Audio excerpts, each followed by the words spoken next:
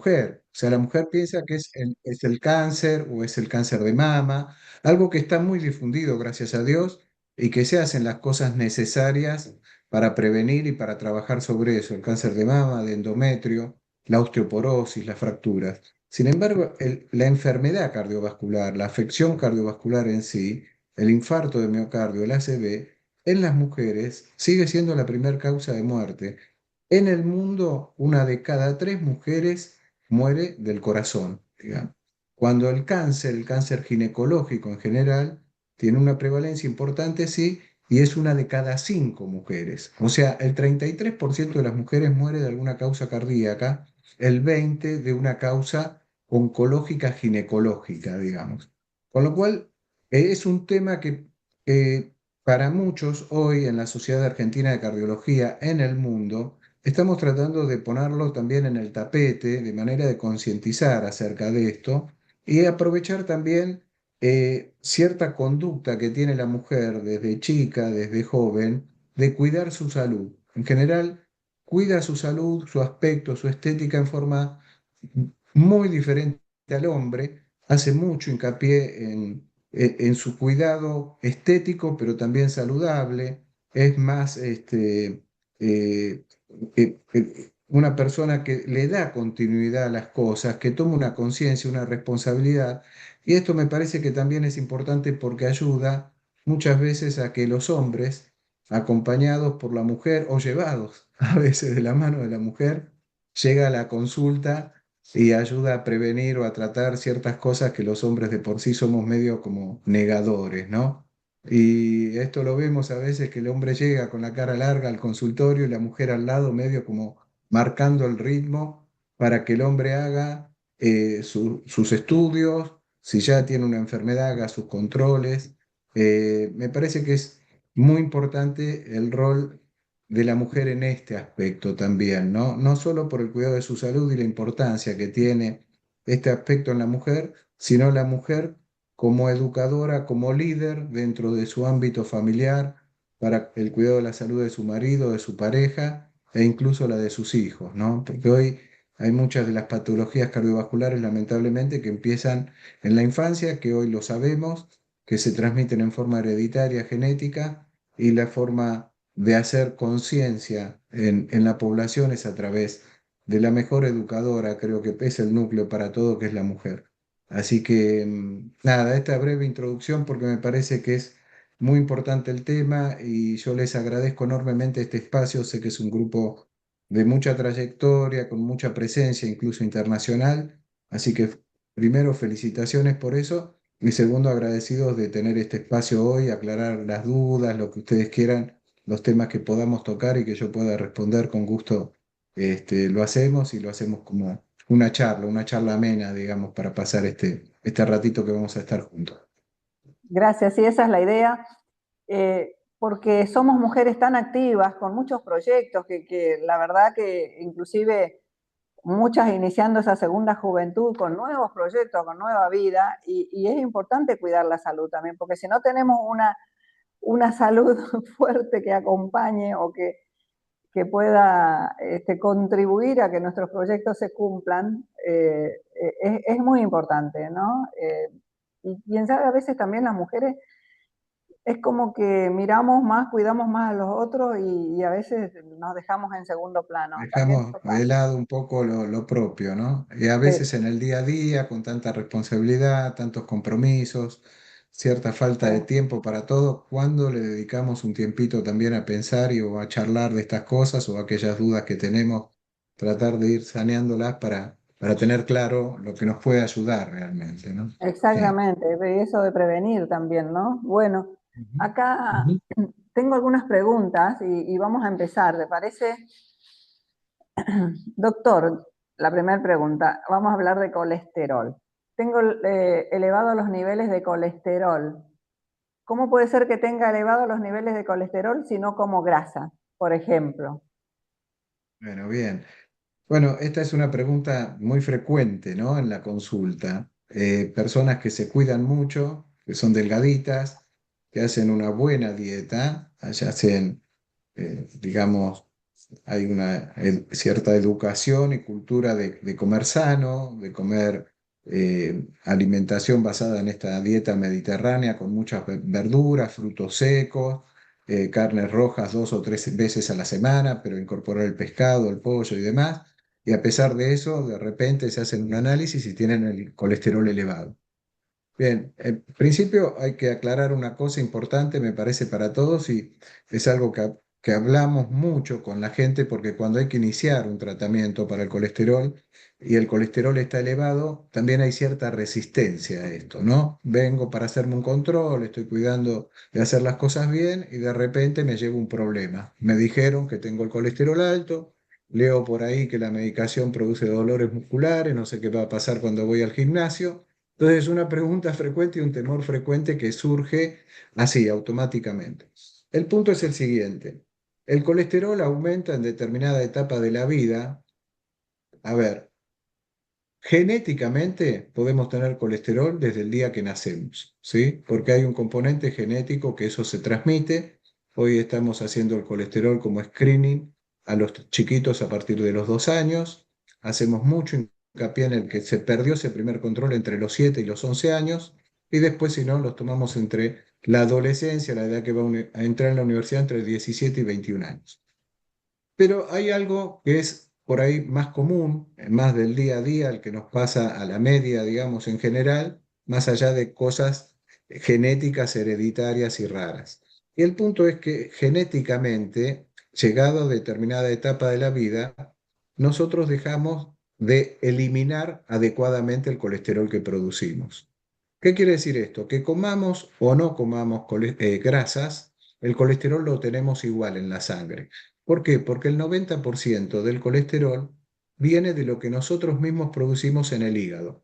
¿Sí? Esto es algo, digamos, propio de la naturaleza, de lo biológico. El ser que en su momento no podía cazar un animal para comer, en etapas primitivas, el colesterol tenía que estar igual. Y el hígado lo produce prácticamente de cero y el colesterol que tenemos en la sangre, el 90% del colesterol proviene de lo que producimos y no de lo que comemos. Ese es el primer dato para explicar un poquito cómo es que tengo el colesterol alto si no como. Y esto es simplemente porque el colesterol es una sustancia, digamos, esencial. El colesterol forma parte de la membrana de las células del organismo. Cada una de las células del organismo, desde el pelo hasta la punta de los pies, como dice la canción, las células que conforman esos tejidos en sus membranas están formadas por colesterol. O sea que el colesterol tiene que estar. ¿Qué pasa? Que llegada a una determinada edad, genéticamente también empezamos a metabolizar o a eliminar, a no eliminar bien, a no eliminar en forma adecuada el colesterol que producimos. Y eso hace que el colesterol aumente en la sangre. ¿Sí? Entonces, la causa no tiene tanto que ver con lo que uno come y la actividad, sino algo que dejamos de eliminar. Entonces, ¿para qué hago la dieta? ¿Para qué hago el ejercicio? Eso es muy bueno hacerlo porque si el organismo no maneja bien la metabolización del colesterol, el hecho de hacer ejercicio, el hecho de cuidarse la dieta, ayuda a no agregarle leña al fuego, digamos, ¿no? Ya hay algo que el organismo no está manejando bien.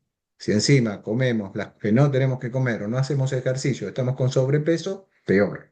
Entonces la dieta, cuando le decimos haga dieta, haga ejercicio, evite las grasas, evite los fritos, que podemos hablar ahora qué cosas son las que le ayudan, es para ayudar a un organismo que ya de por sí no está manejando bien los niveles de colesterol. Ese es el primer punto, Delia. No sé si responde a la pregunta, si hay alguna otra Sí, cosa que agregar. sí. No, Y veo si no, que vamos al caras. bueno y al malo, digamos. Esta es parte que Ah, sí, mencionaste también, ¿no? eso también, porque a veces te dicen, no, tenés colesterol alto, pero tenés más bueno, tenés mucho colesterol bueno, entonces eso, bueno, a ver, ¿cómo es el tema del colesterol ¿Cómo, bueno y el malo?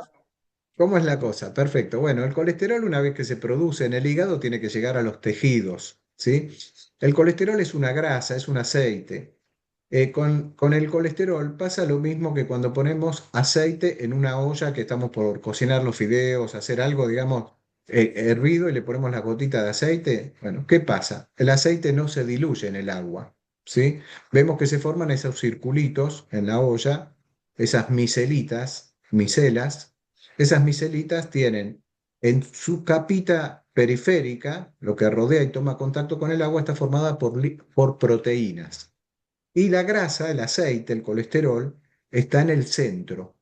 Entonces, lo que toma contacto con el agua son las proteínas y los lípidos, que se llaman así a las grasas, están en el interior. Es como una especie de botecito que va por el agua y dentro del botecito va la grasa, el lípido. De ahí es que la palabra de las fracciones del colesterol se llaman lipoproteínas, ¿sí? Lípido en su interior, proteínas para poder ser transportada por la sangre. Esas lipoproteínas que se transportan por la sangre, hay varias en el organismo, pero hay dos de las que son más famosas, de lo que la gente conoce como el colesterol bueno y el malo.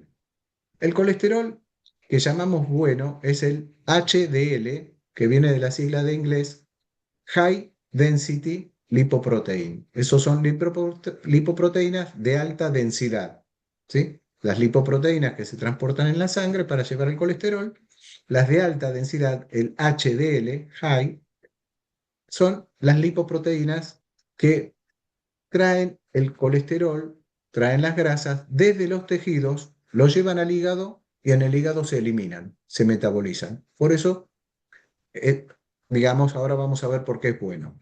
El LDL, que es el que llamamos colesterol malo, viene de la sigla en inglés Low Density Lipoprotein, ¿sí? Son las lipoproteínas de baja densidad. El LDL es el malo. ¿Por qué es el malo? Porque lleva el colesterol que se produce en el hígado hacia los tejidos y en ese recorrido que va hacia los tejidos también son los vasos sanguíneos. Y en los vasos sanguíneos es como un botecito que pasa por los vasos sanguíneos y va alargando el colesterol para que en la pared de los vasos se introduzca el colesterol y empiece a depositarse en el interior de esos caños que son nuestros vasos sanguíneos, nuestras arterias, y es donde empieza un proceso que no solo lo va tapando de a poquito, sino que una vez que el colesterol entra en ese interior, en ese grosor de los vasos sanguíneos, genera una reacción inflamatoria y esa inflamación en el interior de los vasos sanguíneos hace que se obstruyan todavía más, porque se hincha, por así decir, la pared interior, empieza a tapar la luz de la arteria por donde recorre la sangre, la arteria entonces está engrosada, empieza a formar una placa que la obstruye como si fuese el sarro de la cañería, y el riesgo no es que se llegue a tapar de todo, que puede pasar con los años, se ocluya y necesite un stent la persona. El tema es que en etapas tempranas, esa obstrucción que empieza a generar, aunque sea leve, esa inflamación, predispone a que la pared interior del vaso sanguíneo se raje, forme pequeñas fisuras. Y esas pequeñas fisuras atraen que se formen los coagulitos. Es como cuando nos cortamos se forma el coágulo. Si nos cortamos internamente dentro de la pared del vaso, esa pequeña lesión en la pared interna genera coagulitos y si esos coagulitos se desprenden y empiezan a migrar por la sangre, pueden tapar en donde las arterias se empiezan a ramificar, a ser cada vez más chiquititas. Si esas obstrucciones, que es muy común, se forman en las carótidas, a medida que entran en el cerebro y se ramifican, el coagulito, si lo tapa, genera un ACV, ¿sí? El accidente cerebrovascular. Si ese coagulito está en alguna de las coronarias importantes y se desprende y migra a donde se empieza a ramificar en el corazón, produce un infarto de miocardio. De ahí es que intentamos tratar y reducir el colesterol, sobre todo el colesterol malo, en etapas tempranas. Cuando el colesterol ese malo está alto, implica que puede empezar a depositarse en las paredes de las paredes de las arterias con esa sustancia que no tiene que estar ahí, genera una inflamación, eso tensa la pared interna de las arterias, las predispone a que se fisuren, se formen coagulitos y esos coagulitos, si se desprenden y migran, tapan las ramificaciones que son más chiquititas. Y las más peligrosas, obviamente, son las arterias que van a irrigar al cerebro, las arterias que irrigan al corazón, pero todo el árbol vascular puede estar comprometido y tapar, por ejemplo, las que irrigan el riñón, y traer una insuficiencia renal. O en el paciente diabético, que todo esto se acelera, es un proceso que se agrava y se acelera, tapa incluso la de las piernas. Y por eso los tejidos de las piernas pueden quedar sin irrigación y se mueren también, como se produce un infarto, como se produce una ACV, y es lamentablemente alguna de las historias que han escuchado seguramente alguna vez de una persona que pierde un dedo, pierde el pie o lo que fuere, porque la diabetes es un acelerador de todo este proceso. No solo se suma la diabetes al colesterol, sino que se potencian, se multiplican. Si una persona tiene colesterol, tiene diabetes, además fuma, es obeso, es sedentario, todos esos factores por separado no es que se suman, sino que se potencian. Entonces, el riesgo de ir tapándose las arterias y por sobre todo de generar estos accidentes internos donde se forman los coagulitos, este fenómeno protrombótico se llama, es el cual tiene un riesgo para la persona importante y es por eso que intentamos actuar en forma temprana, ¿sí? Para prevenir esto. Y la prevención está dando sus resultados, ¿no? En los países desarrollados, en vía de desarrollo, la gente vive más y mejor, sin tanta secuela que antes por ahí lo veíamos a los 50, 60 años en una generación que nos precedió que incluso fumaba mucho.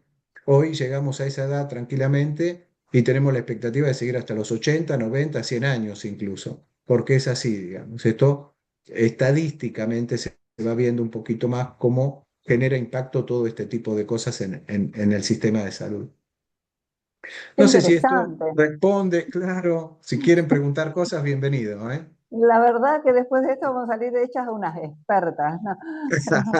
Yo por lo menos estoy sorprendida y encantada con lo que estoy escuchando. Creo que las chicas también, porque veo que están asistiendo ahí con la cabeza, sintiendo con la Veo cabeza. Sí, sí, las que tienen las cámaras prendidas veo sí. cierta cara de atenta, sí, espero Lo que, no Sí, sé, explica, si lo es explica claro, tan si no, lindo, pregunten lo que quieran.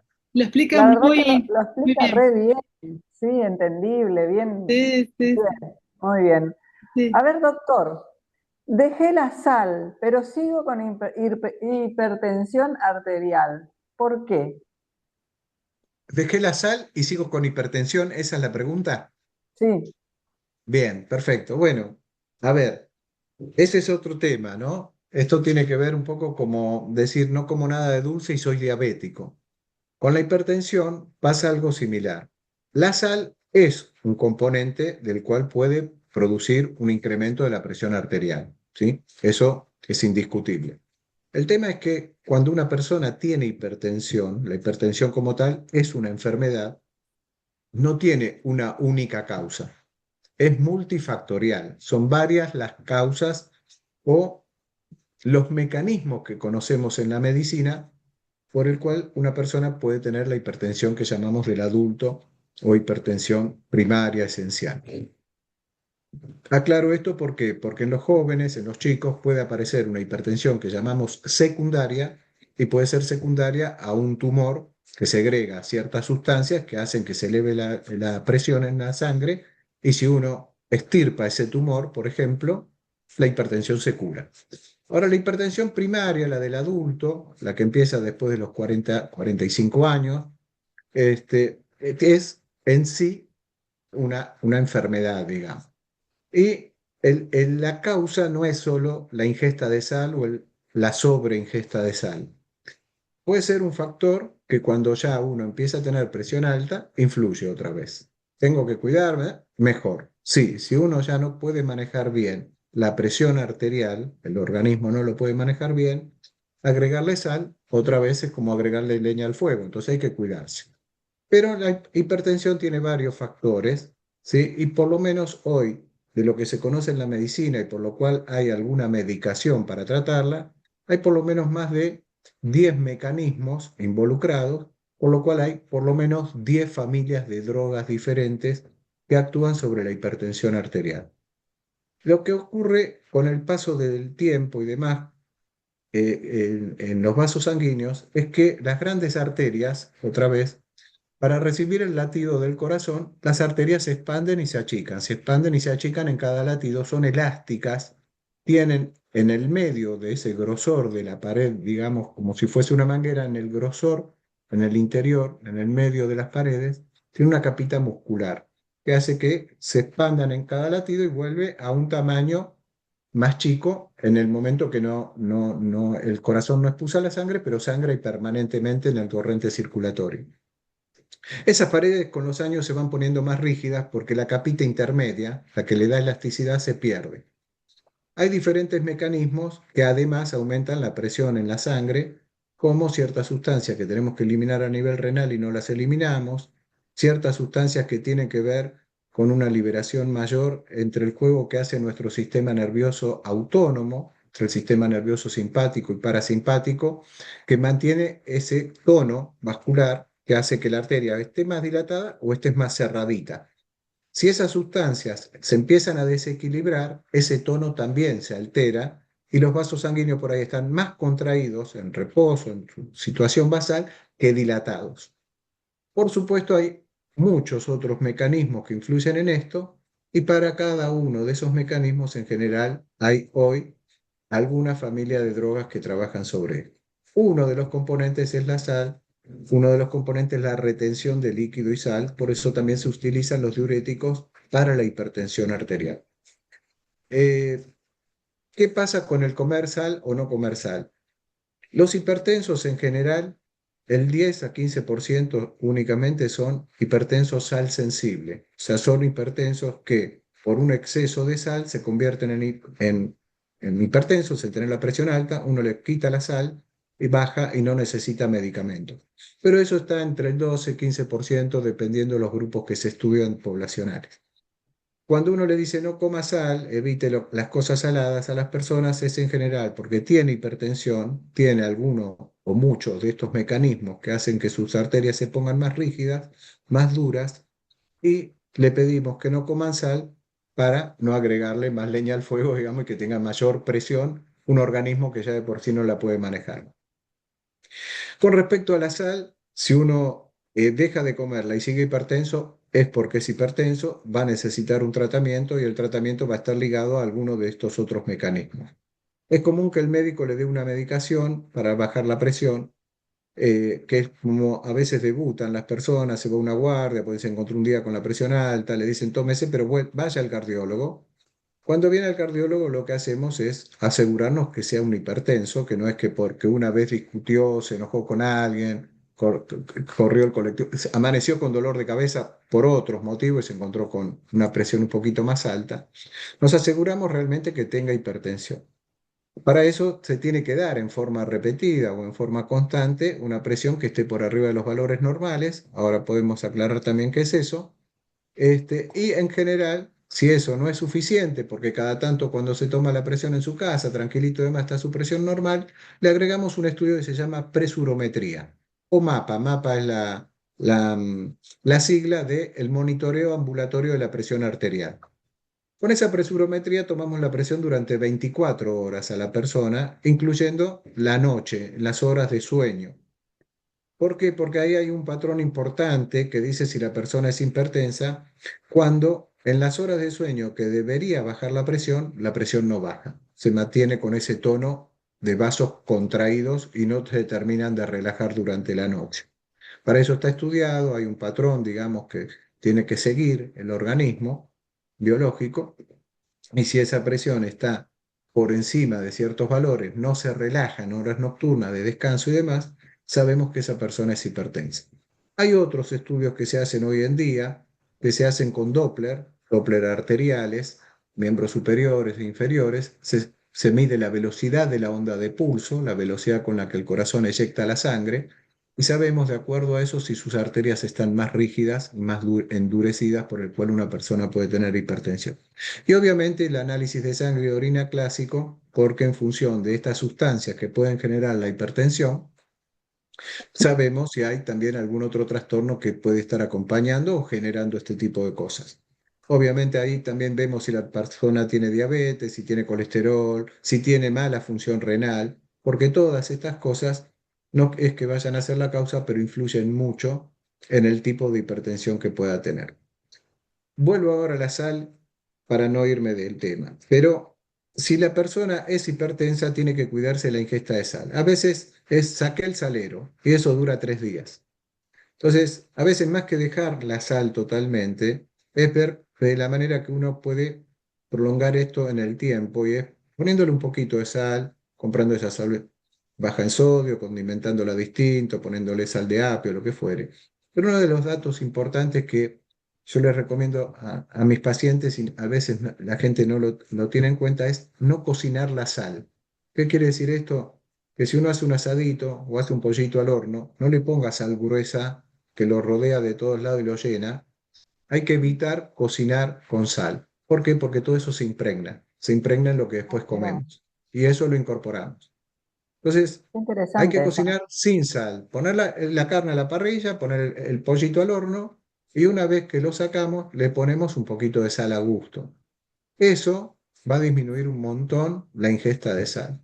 Lo otro que de por sí tiene sal son los cubitos que hoy con el frío por ahí nos tentamos, son los cubitos de sopa. Los cubitos son sumamente salados. Los enlatados, por un tema de conservación y de elaboración, los enlatados tienen mucha sal. Los embutidos, ¿sí? Los fiambres, los quesos duros, la manteca y el pan. Eso tiene mucha sal y a veces cuidamos de no ponerle tanta sal porque estamos ahí en la mesa, nos cuidan de esto, pero de lo otro no tenemos en cuenta y seguimos comiendo todos estos alimentos con mucha sal. Si uno cuida esa alimentación y evita todos estos alimentos de por sí salados, la dosis de sal diaria es de 2 gramos de sodio. Con que uno lo reduzca a 1,5 gramos, que es un poquito menos, está bien. El sodio también es necesario. ¿Qué son 2 gramos de sodio? 5 gramos de sal. 5 gramos de sal es una cucharadita de té. Entonces, si uno tiene muy en cuenta de no comer cosas demasiado saladas, porque tampoco nos vamos a poner a ver la fórmula de cada paquete y demás. Pero si uno se cuida groseramente de esto, del consumo de sal, que de por sí tienen mucho las cosas elaboradas estas que mencioné, cocina sin sal y después le pone sal a gusto, una cucharadita de té de sal creo que sobra si uno lo reparte entre lo que pone un poquito para cocinar o un poquito para saborear. Esa es la dosis. Si uno pone y come un poquito menos de una cucharadita de té de sal por día, se está cuidando de la ingesta de sal. Si eso no ayuda a bajar la presión, es porque la hipertensión tiene otros motivos también. Lo que uno está ayudando con eso es no seguir dañando a un organismo que no puede estar manejando la presión arterial adecuadamente. ¿Sí? Muy interesante lo de la sal. Y ahora vamos al azúcar. Al azúcar. No Bueno, consumo dulces. No consumo nada de dulces ni azúcar, pero tengo diabetes. ¿Por qué? tengo diabetes. Bueno, ese es el otro punto. A ver, uno puede comer mucho azúcar, mucho dulce y demás y no tener diabetes nunca en su vida, ¿sí? Y al revés, hay personas, por eso existe la diabetes infantil, la diabetes juvenil, la diabetes que llamamos de tipo 1, ¿sí? Personas que nacieron o nunca comieron dulces o azúcares y tienen diabetes. Eh, y ahora vamos a aclarar un poquito eso también. La diabetes tipo 2 o la diabetes del adulto es la que en general nos aparece también después de los 40, 45. En la mujer, a medida que cesa el ciclo menstrual, este proceso es prácticamente abrupto, los hombres lo vamos perdiendo paulatinamente, en la mujer es una instancia a veces un poquito más marcada. Así como empieza a elevarse el colesterol, empieza a aparecer los primeros registros de presión arterial un poquito más alta, que no hablamos de eso también, cómo me tengo que tomar la presión, cuál es lo normal, lo dejamos para después. Puede aparecer también un trastorno en la metabolización de los azúcares, sin haber tenido ni en la infancia ni en la juvenil una de estas diabetes que uno necesita insulina. ¿Qué pasa con esto? En determinado momento de la vida de una persona, y ya por ahí predestinada también en forma genética, la insulina que producimos en nuestro páncreas y se libera a la sangre, la insulina hace que la glucosa, el azúcar, ingrese a los tejidos y se utilice. ¿Sí? El azúcar lo que hace es ingresar a los tejidos, sobre todo a los músculos, a la parte muscular nuestra del organismo. El cerebro obviamente consume mucho azúcar, mucha glucosa, el corazón, que es todo músculo, y la musculatura en general. ¿Qué sucede? Llegada a determinada etapa, la insulina que por ahí se segrega normalmente, no hay un déficit como en los diabéticos de chiquito, la insulina que se segrega normalmente, los tejidos se ponen resistentes a su acción y no ingresan la glucosa como la tienen que ingresar. La insulina es como una llave que abre la puerta de las células de los tejidos y hace que el azúcar entre al tejido para que el tejido lo consuma. ¿Para qué lo consume? Para generar energía. Por eso los músculos, el cerebro, el corazón consumen mucho azúcar. Los deportistas dan un poquito más de azúcar y demás para mantenerse con cierto grado de energizante, digamos, para los tejidos. Cuando nos ponemos resistente a la insulina, o sea, los tejidos hacen que no le respondan a la insulina esa apertura que genera el ingreso de la glucosa a los tejidos, la glucosa en la sangre aumenta. Y cuando los niveles de azúcar en la sangre circulante son más elevados de lo normal, produce un efecto similar al cigarrillo, similar a la obesidad, similar a la hipertensión o similar al colesterol.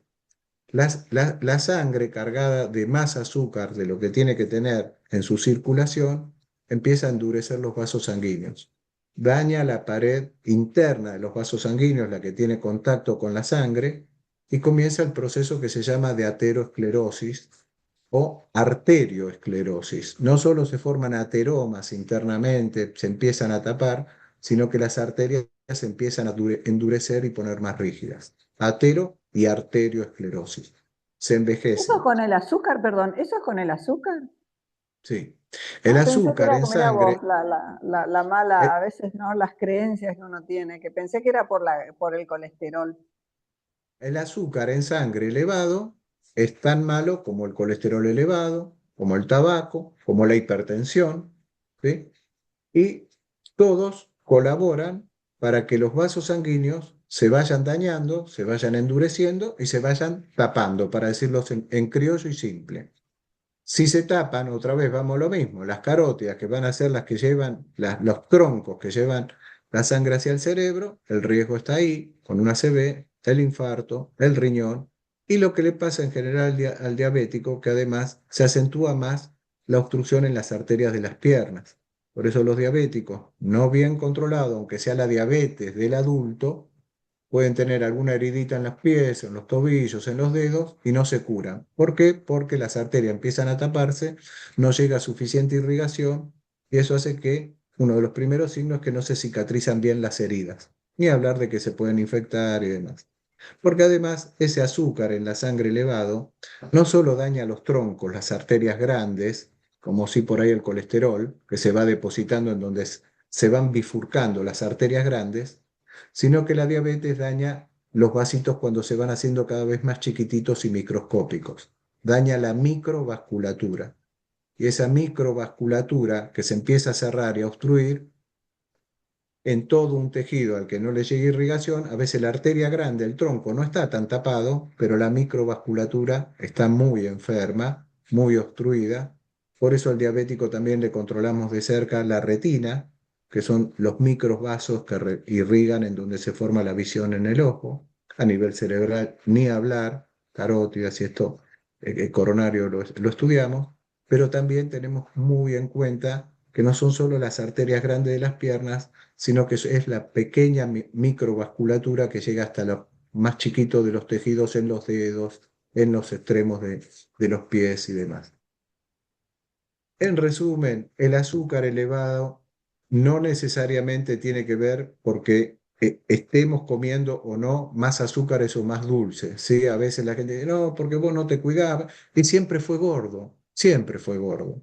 Ahora empezó con diabetes. Y hay flaquitos así que también tienen diabetes. Entonces, cuando le decimos no coma azúcar, no coma dulce, vuelva a su peso habitual, haga ejercicio, es porque todo eso ayuda.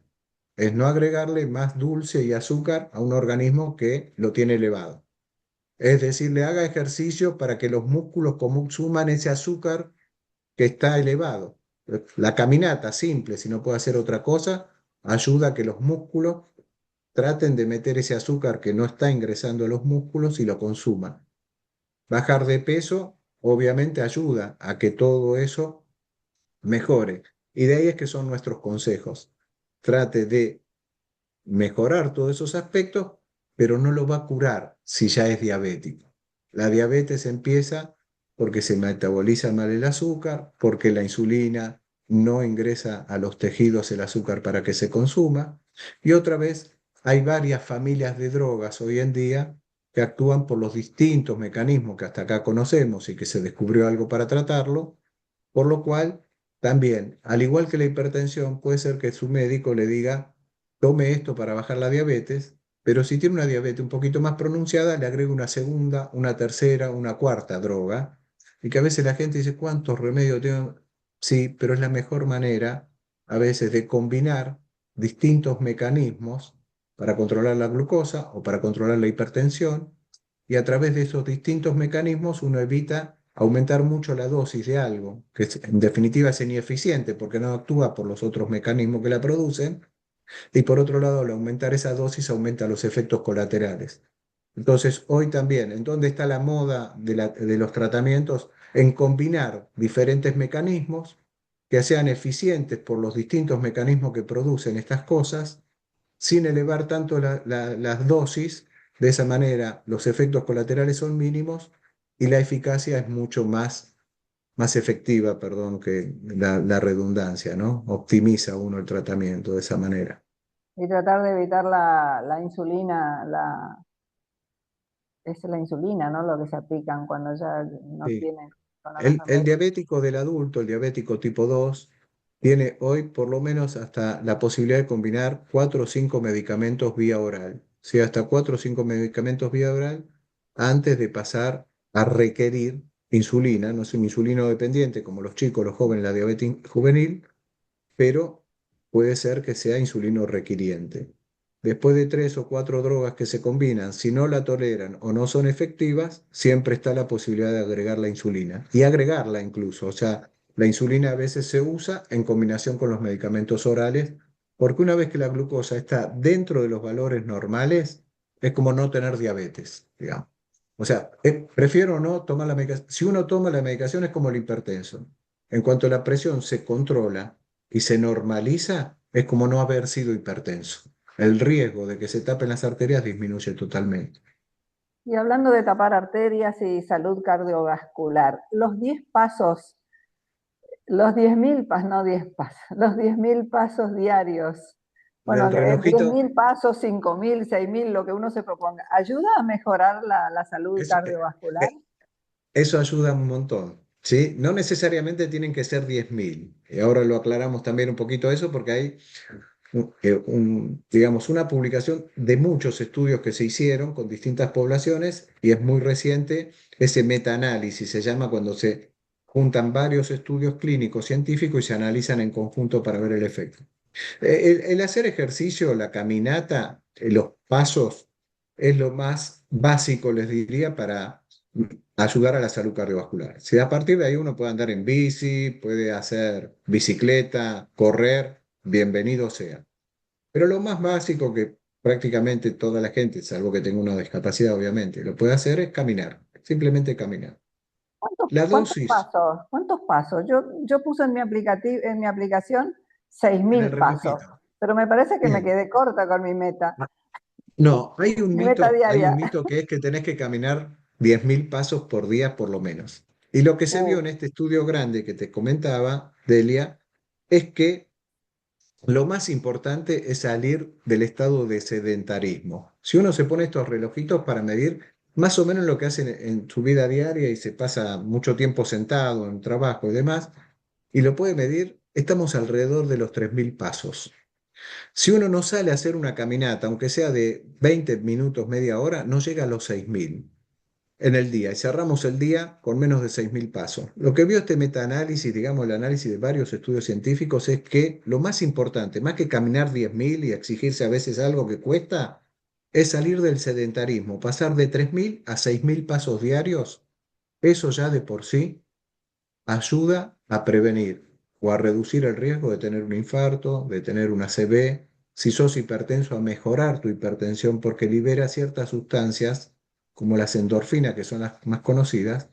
Hay sustancias que se liberan en el endotelio, en la capita interna de los vasos sanguíneos cuando caminamos, cuando hacemos ejercicio, y eso ayuda a que el tono vascular mejore, se dilaten un poquito más los vasos y no estén tan contraídos. Entonces, no es tanto el caminar 10.000 pasos. Lo que se ha visto es que en las personas arriba de los 45 años, con caminar 8.000 pasos diarios, es mucho mejor, obviamente, de caminar los 6.000. Y ya después de eso, uno puede caminar 20.000, más o menos el riesgo cardiovascular es el mismo. Es decir, uno reduce el riesgo de tener un infarto, una ACV, y después si camina mucho más, corre, lo que sea, no es que mejora mucho más. Entonces, el mito es los 10.000 porque, no sé, en algún momento se instaló, 8.000 pasos es muy bueno. Para la media de los que estamos y trabajamos oficina, sentados en un escritorio, con llegar a 6.000 pasos, ya salimos de esa instancia del sedentarismo que está alrededor de los 3.000. Eso se vio Mira, la mayor reducción de riesgo, digamos, el mayor impacto.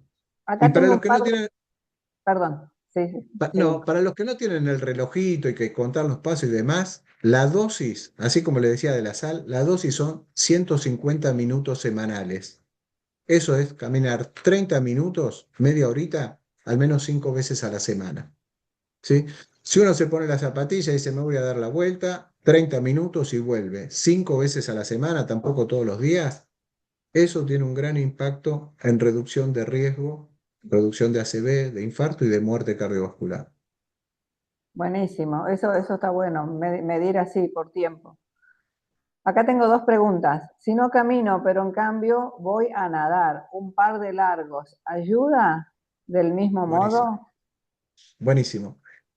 Para muchas personas que tienen problemas de cadera, de rodillas, tienen alguna dificultad, pero hacen ejercicios aeróbicos, sea bicicleta, sea natación, es muy bueno y es lo recomendable no solo para ayudar a bajar de peso, mejorar la presión, mejorar la diabetes, mejorar el colesterol, ¿sí?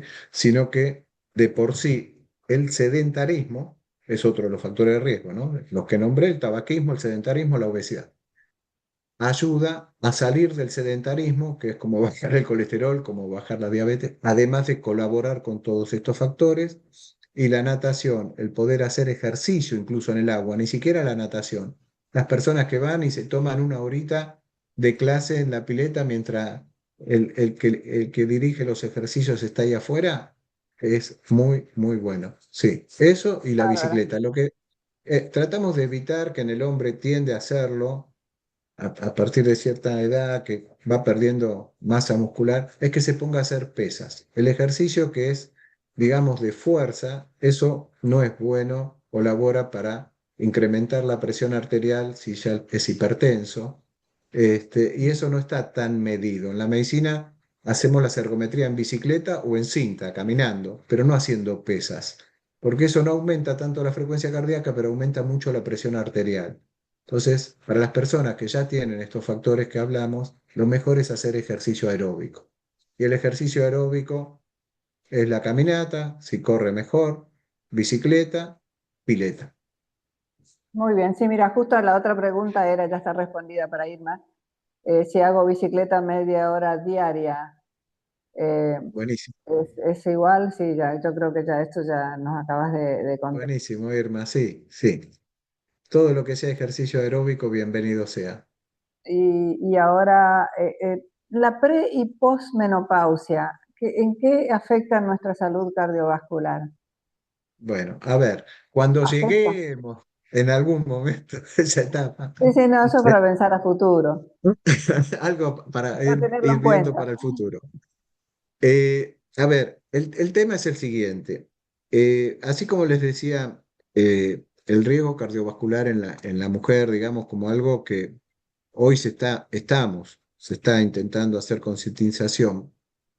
eh, el punto es el siguiente. La mujer en sí, por la presencia de un nivel de estrógeno mientras tiene sus ciclos menstruales determinado, ese nivel de estrógeno en cierta manera tiene un- un efecto beneficioso sobre la salud de los vasos sanguíneos, la presión arterial, etcétera.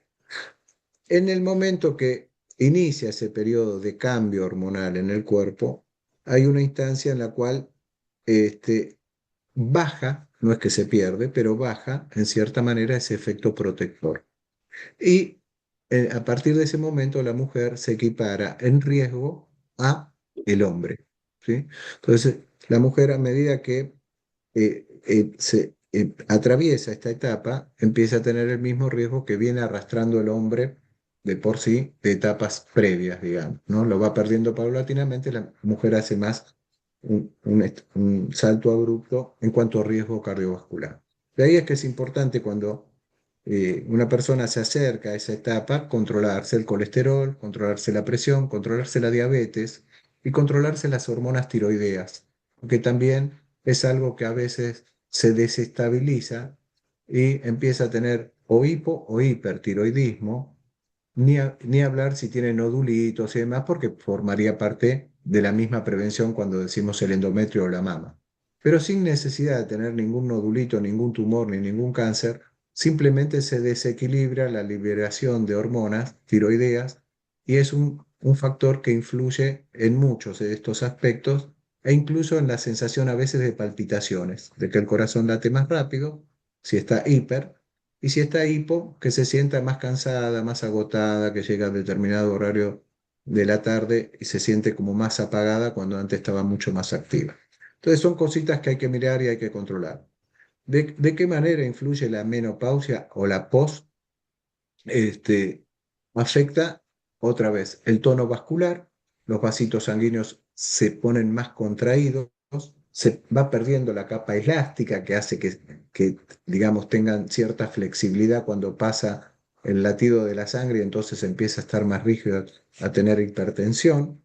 El endotelio, que es la pared interna de los vasos sanguíneos, dejan de liberar ciertas sustancias que lo relajan y demás, se predispone un poquito más a la elevación del colesterol, o sea, empieza a metabolizar mal el colesterol, este, tiende, quizás por si lleva una vida sedentaria y demás, a la ganancia de peso, y todas estas cositas influyen, son factores de riesgo que se van potenciando y los vasos sanguíneos se van endureciendo y se van tapando, digamos.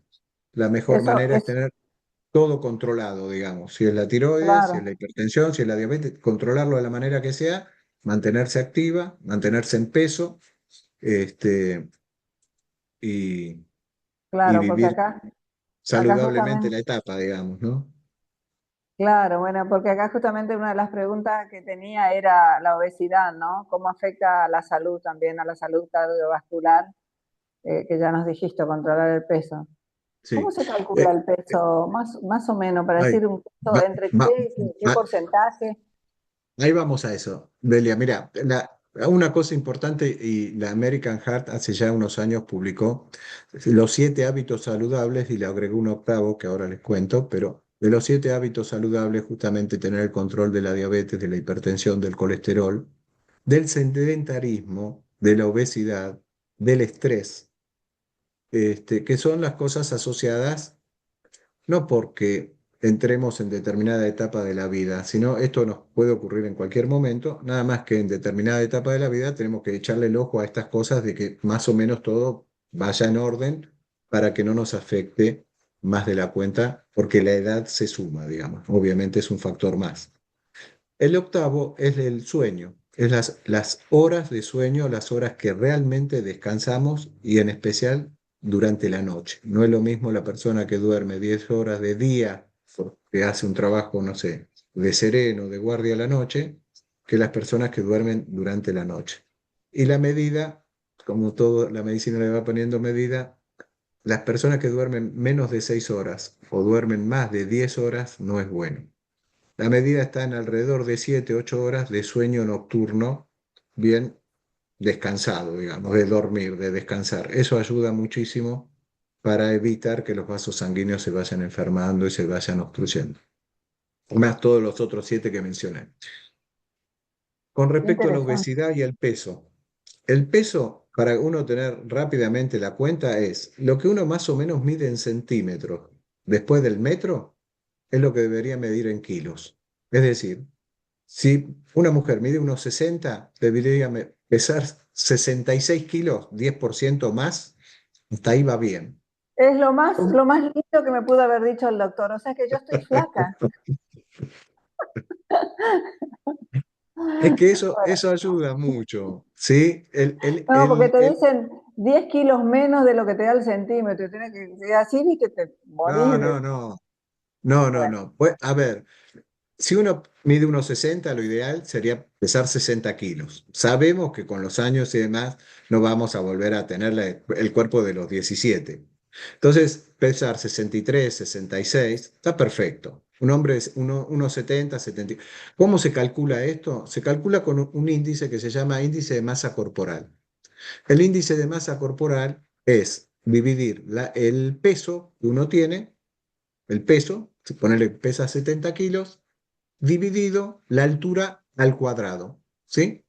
O sea, si uno mide 1,70 hay que multiplicar 1,70 por 1,70 y lo que te dé, a ver si tenemos una calculadora, lo hago. 1,70 por 1,70 te da un número. Pesás 70 kilos, dividí 70, dividido ese número que te dio, ¿sí? El peso dividido la altura al cuadrado, ¿sí? ¿alguien tiene una calculadora por ahí? Porque yo Ah, no puedo espérame que sacar. lo hacemos acá.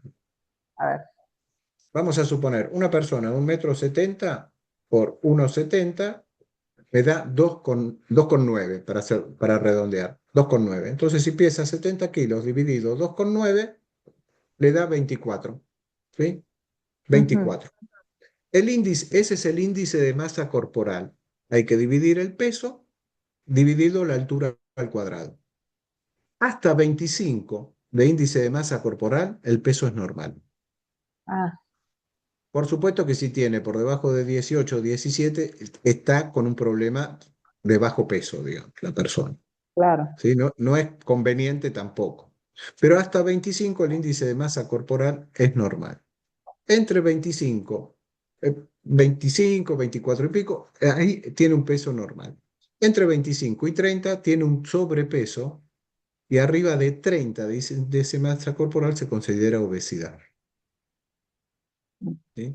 Y Bien, esto es importante también porque si uno no tiene arriba de 30 hay mucho interés comercial y además a veces las personas van a hacerse las inyecciones para bajar de peso. Ayudan, ayuda un 10, un 15%, pero si uno no hace el resto que estamos hablando, se hace la terapia, paga a veces fortuna, baja un 10, un 15%, hay personas que yo veo vienen a hacerse hago la parte de ergometrías para las cámaras gamma, para medicina nuclear. Pesan 110, 120 kilos y miden 1,60, 1,70 y miden. Entonces, 10, 15, bajas a 100, a 95 y el resto seguís haciendo la misma vida, dejas de hacerte el tratamiento y volvés a comer como antes, o ya seguís comiendo como antes. Entonces, lo más importante es el cambio a veces de hábito, ¿no? El tomar conciencia, hacer un cambio de hábito, hacer un cambio integral en estas cosas y no buscar a veces la cura mágica, ¿no? Hay personas que vienen con la cirugía bariátrica después de 2 o 3 años y siguen con una obesidad tremenda porque su vida no cambió. nos Entonces, cambiaron la cabeza. Ujú. sí, es importante eso. Y si uno está entre 25 y 30 de índice de masa corporal, por ahí haciendo dieta, ejercicio, cuidándose en lo que uno come, eso ayuda, digamos, a ponerse en peso y no necesariamente tiene que hacer un tratamiento, va a ser algo más de largo plazo, algo más que lo va a ayudar, digamos, a mantener eso que haga de cambios, que ciertas cosas que pueden actuar en el momento y después no ayudar en el largo plazo, ¿no? Tengo un par de preguntas eh, Adelante. y después había algo que también he pensado, ¿no? Si no fumo cigarrillo, no fumo tabaco, pero vapeo o fumo Ujú, hierbas. Eh, ujú. ¿Ayuda a fumar hierbas? Es decir, ¿es diferente a la nicotina o al tabaco? ¿O el Bien. vapeo? Mira, el vapeo es, digamos, una forma diferente de consumir, digamos, ciertas sustancias donde, bueno, obviamente si no tienen alquitrán, no tienen ciertas sustancias tóxicas en el cigarrillo, se ha descrito por lo menos más de 70 sustancias que son incluso cancerígenas, por eso la propaganda hoy en día y demás. Pero el vapear, que muchos chicos, sobre todo la gente joven, interpreta que es más saludable, digamos, ciertas sustancias se eliminan por el vapor y no por la combustión, el quemar, digamos, el tabaco. Es diferente. Pero No obstante eso, muchas de las sustancias, inclusive la nicotina, está presente, digamos, en estos cigarrillos, si queremos llamarlo de alguna manera, en los que se vapea.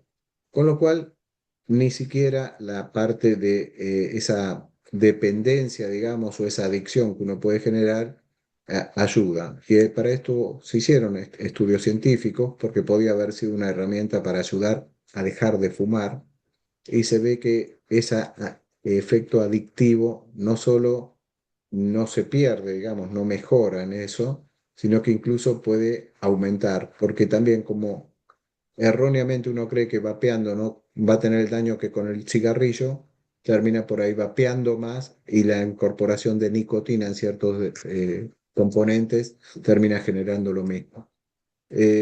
Con respecto a las hierbas, la marihuana es lo que se puso más de moda. Hay una generación hoy en día que yo veo en la consulta que es la gente grande o la gente que ya pasamos los 40, los 50. eh, Hubo, digamos, tuvimos esa moda que era el cigarrillo, que si no fumabas cigarrillo no te veías como adulto. Si salías a bailar, viste, era canchero prenderse el cigarrillo y de uno, digamos, que al principio no le gustaba, terminó siendo tabaquista. Mucha gente que afortunadamente lo dejó. O sea, de alguna manera las campañas llegaron y hoy tienen 70 y pico de años y te dicen fumé hasta los 50, fumé 40 años y hoy no fuman. O sea, ya más difícil encontrar la gente que fuma el cigarrillo. Ahora los chicos, la gente joven, digo chicos a veces hasta en una generación hasta los 30 y pico de años, ya no son chicos, han interpretado que la marihuana, por este hecho de que tiene algunas propiedades curativas, de hecho se ha autorizado para algunos tratamientos del dolor, es más sano. Y lo que se ha visto, esto se publicó el año pasado, en el 2025, un trabajo muy grande a nivel internacional, es que tiene efectos deleterios sobre la salud cardiovascular. Las personas que fuman marihuana no solo tienen más arritmias, tienen trastornos a nivel vascular porque el endotelio, la capita interna de los vasos sanguíneos, se dañan también. Puede eso provocar cierto fenómeno a nivel de las coronarias, arritmias seguro, y lo que se ha visto es que el grupo que consume marihuana como hábito de fumarlo tiene más riesgo de muerte y de muerte súbita. Con lo cual no es tan inocuo. Viste que, no sé, el cigarrillo en la década del 50 ha sido como un boom, que todos fumaban hasta, bueno, cuando hacíamos los cursos de tabaco, las propagandas americanas salía una mujer embarazada fumando, por ejemplo, ¿no? O sea, hacer una propaganda en la publicidad en la tele, lo veíamos en las novelas, los tipos fumando. Bueno, acá, viste, es como que ha habido una ola, digamos, sobre todo con la marihuana, y hoy, digamos, que se va recopilando los estudios, el seguimiento de poblaciones a 7, 10 años, y que se la sigue, porque hay países que hacen esto y siguen a la población por su propio sistema de salud, están viendo el impacto que esto está generando y no es bueno, y lo que es importante es que se está viendo que es malo, digamos, ¿no? Sí, era Snob, me Sí, acuerdo. Si antes era, si no fumabas, no eras una mujer. sí, sí, tal Era- cual. Y los varones ni hablar, imagínate. Acá tengo dos preguntas. Mira, esta te la traigo complicada, doctor. Yo tengo Hashimoto, diabetes 2 y una inmunológica enfermedad de Crohn. Enfermedad de Crohn. Bueno, Sí, ¿alguna eh, recomendación para el combo este? es un combo, la verdad que complicado y requiere también mucha disciplina, mucha conducta. Primero, la tiroides, para que los demás, la tiroiditis de Hashimoto es una afección donde nuestro propio organismo, nuestros propios anticuerpos atacan a la glándula tiroides. Es una enfermedad autoinmune.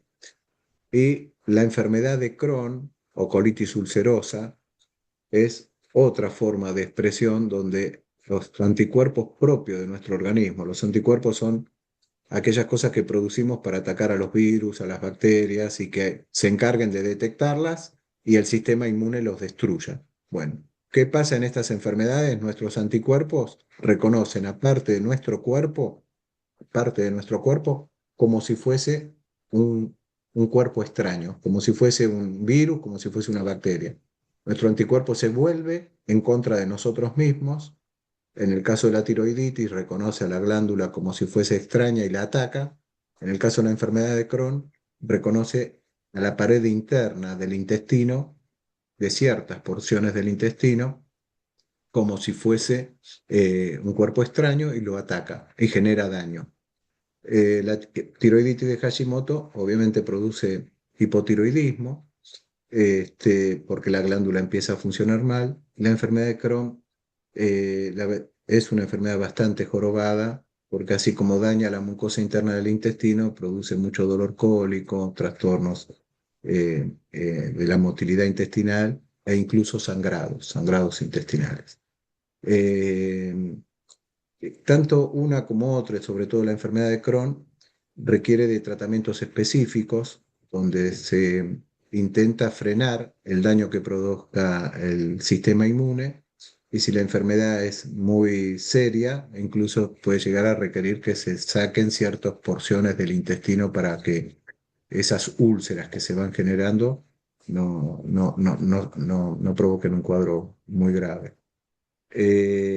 Si además de eso tiene diabetes, bueno, hay que tratar la diabetes hay que tratar de tenerla controlada. Es posible que cuando se desequilibra el nivel hormonal de tiroideo, por ejemplo, es una cosa que hay que seguirlo muy de cerca, teniendo un Hashimoto, hay que ir regulando la dosis de la levotiroxina, que uno no esté muy pasado o que no tenga muy poquito para que no esté ni hipo ni hipertiroideo. Y es posible que cada vez que tenga dolores cólicos, tenga algún cuadro de complicación intestinal, ni hablar si tenga sangrado, su diabetes se descompense y hay que estar mirando los niveles de la glucemia para que o no bajen mucho porque la medicación queda grande, la que toma todos los días, o quede cortita la medicación y haya que aumentar la dosis o incluso corregir con insulina porque la diabetes se descompensa. La verdad que es un combo, ya de por sí sobre todo la enfermedad de Crohn es una cosa muy jodida. Eh, la tiroiditis de Hashimoto es llevable, digamos, es como un hipotiroidismo más en general, la evolución que tienen. Y si a eso se suma una diabetes y cuesta de por sí a veces controlar la diabetes, cuando uno tiene algo agregado así, cada vez que algo se complica y lo descompensa, la diabetes se desestabiliza más.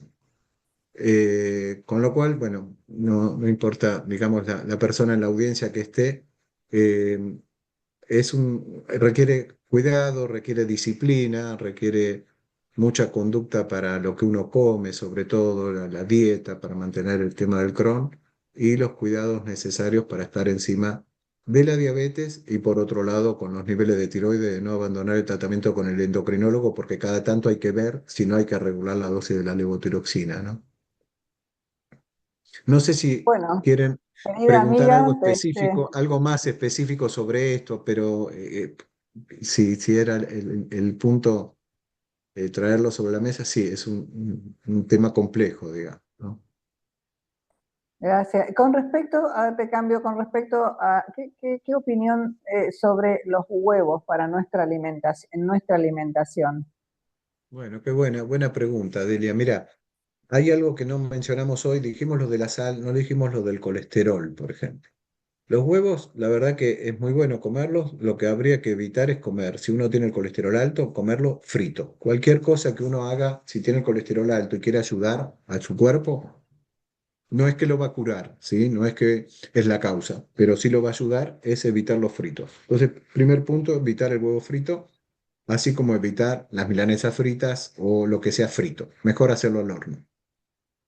El aceite, al cocinar el aceite, la fritura, por así decirlo, no es bueno para el colesterol.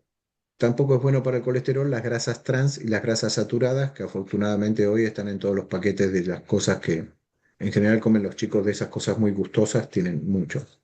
Con respecto al huevo, puntualmente, lo mejor es comer la clara de huevo, o sea, la parte blanca del huevo, y desechar la yema, ¿sí? Entonces, voy ahora al huevo duro, para que no sea la fritura. Mejor comer la parte de la clara del huevo y la parte de la yema desecharla, porque es la que tiene colesterol. Y la clara, la parte blanca, es la que tiene las proteínas.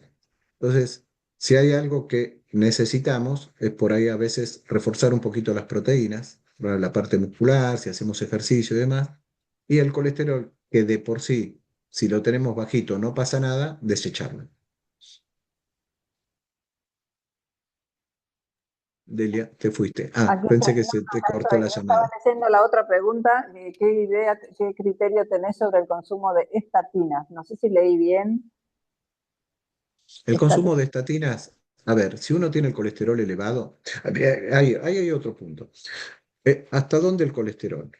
Si uno no tiene hoy ningún problema vascular, o sea, cuando hablamos de este daño, de que los vasos están más cerraditos, más duros, hay plaquitas ya que se ven en el ecodoppler y demás, el colesterol es normal hasta los 130. El LDL estoy hablando, ¿sí? El LDL colesterol que es el malo. Hasta 130 está bien y a veces si la persona no tiene más de 160, no lo medicamos y le decimos haga ejercicio, haga dieta, lo que fuere.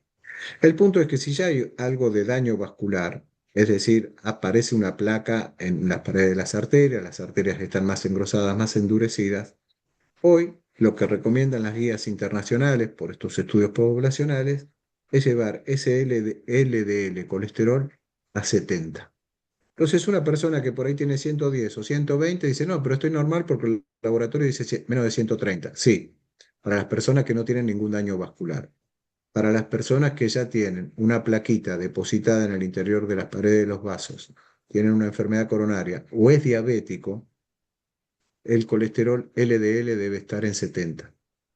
Si esa persona, a su vez, ya es una persona que se hizo bypass coronario, tiene un stent, tuvo un infarto, tuvo una ACV, ese colesterol malo hoy tiene que estar en 55. Entonces, ¿por qué? Porque cuanto menos el colesterol circulante, menos la posibilidad que se deposite. Si se depositó ya, evitar que eso progrese. Y lo ideal es que con el colesterol bajito, eso que ya está, se cicatrice y se calcifique, se ponga una placa viejita cicatrizada. Eh, de ahí es que la meta a la que hay que llegar con el colesterol depende un poco del estado de salud de la persona. Si no tiene daño vascular, con 130 y hasta 160 decimos haga cambio, lo bancamos. Si ya tiene algo de daño vascular, tiene que estar abajo de 100. Y si ya tiene alguna enfermedad vascular declarada, un infarto, una ACV, bypass, tiene que estar lo más bajito posible. ¿Por qué es esto y por qué las estatinas ahora? Las estatinas no solo es bajar el colesterol, sino que las estatinas como tales bajan el colesterol, pero desinflaman o evitan el proceso de inflamación una vez que el colesterol se empieza a depositar en las paredes de los vasos. Ese fenómeno inflamatorio que genera el depósito en las paredes de los vasos es lo que uno hace que mantenga el tratamiento con estatinas. A veces el colesterol ya bajó en la sangre, pero si tiene las plaquitas, lo que uno quiere es que eso no esté generando inflamación para que se cicatrice lo más pronto posible, se calcifique y no esté en riesgo la persona. Por eso los médicos siguen con la estatina a pesar de haberle bajado el colesterol y los cambios vasculares que se hayan visto tarda por lo menos 2 años para poder ver si o progresó o se redujo, se fibrosó y se calcificó, que es que se cicatrizó y no tiene riesgo. De ahí es que las estatinas hoy son la familia de drogas mejor probadas, hay varias de ellas. Hay una segunda familia que se asocia en general a la estatina cuando uno no logra alcanzar las metas, y hace ya 1 año y medio salió otra familia de drogas. Hoy hay 3 familias de drogas, una de ellas las estatinas. Las estatinas siguen siendo las más potentes, las más eficaces, las que tienen demostrado ese efecto antiinflamatorio para que la placa no progrese, y dependiendo de la estatina, sí tiene un efecto colateral, que es el que la gente teme, que es que produce dolores musculares. Sobre eso hay un mito también, ¿sí? La estatina más potente, más eficaz y demás, la droga es la rosuvastatina, y la rosuvastatina que uno lo puede dar en una dosis de 40 o de 10 o 5, ayuda a bajar el colesterol alrededor del 50%. Es la más efectiva también para tratar la inflamación esta que genera las placas. El, la posibilidad de tener dolores musculares que se llaman mialgias están alrededor de un 10 a 12% de las personas que la toman. Es decir, hay un 90% que no les pasa nada, ¿sí? Pero el mito a veces hace que, no, pero los músculos, qué sé yo, y no lo toma. Y el riesgo para tener una ACV se mantiene, porque eso no baja. Si uno esté dentro de ese 10 o 12% al tomar la estatina, la mejor, la rosuvastatina, es la droga, ¿eh? Así que no hay ningún interés de ninguna marca. Digo, es la demostrada como mejor. Y supongamos que está dentro de ese 12-15%, porque hay algunas series de que llega al 15%, los dolores musculares en general, estas mialgias, aparecen al empezar el tratamiento, se va a la tercera o cuarta semana, con lo cual uno si resiste en general eso se acostumbra al cuerpo y ya desaparece. Y el dolor muscular es parecido a cuando pasa mucho tiempo que no vamos al gimnasio, vamos un día al gimnasio, nos matamos y 2 o 3 días después tenemos esos dolores musculares que no nos podemos ni mover porque hicimos mucha gimnasia y 2 o 3 días después cuando los músculos se enfrían nos provoca dolor. En el peor de los casos es un dolor parecido a eso y de eso a nada hay toda una escala de grises, hay gente que tiene un poquito de dolor, hay gente que tiene mucho, y en general 2 o 3 semanas después esto se va. Si no fuese el caso, uno puede pasar a la segunda familia que hay para bajar esto, y hoy ya hay asociaciones con la tercer familia. ¿Por qué digo esto? Porque las estatinas y la rosuvastatina de la cabeza bajan el colesterol alrededor de un 50%. El segundo familia, que es el ezetimibe, baja un 15%. Entonces, en general, se da asociado a la estatina para cuando el colesterol no bajó lo suficiente, se asocia todavía un ezetimibe. Y hoy hay otra familia que es la del bempedoico, que por ahí han escuchado, que estuvo muy publicitado en el último año, agrega otro 15%. ¿Esto qué quiere decir? Hay personas que necesitan bajar el colesterol en un 80%. O sea, tienen un colesterol malo cerca de 200 y lo tienen que llevar a 70 y hay que darle con las 3. Cuando la estatina no se tolera, en el último de los casos que no lo llega a tolerar y demás, antes que abandonar el tratamiento, es preferible tomar de la segunda o de la tercera familia. No le va a bajar un 50, pero asociando las otras dos le va a bajar un 30. Y algo de esto es mejor que nada, digamos. Es decir, la persona no tiene un daño vascular, con llevarlo de 140 a 100 o por debajo de 100 ya estamos. Si a eso le agregamos la dieta, el ejercicio, bienvenido sea.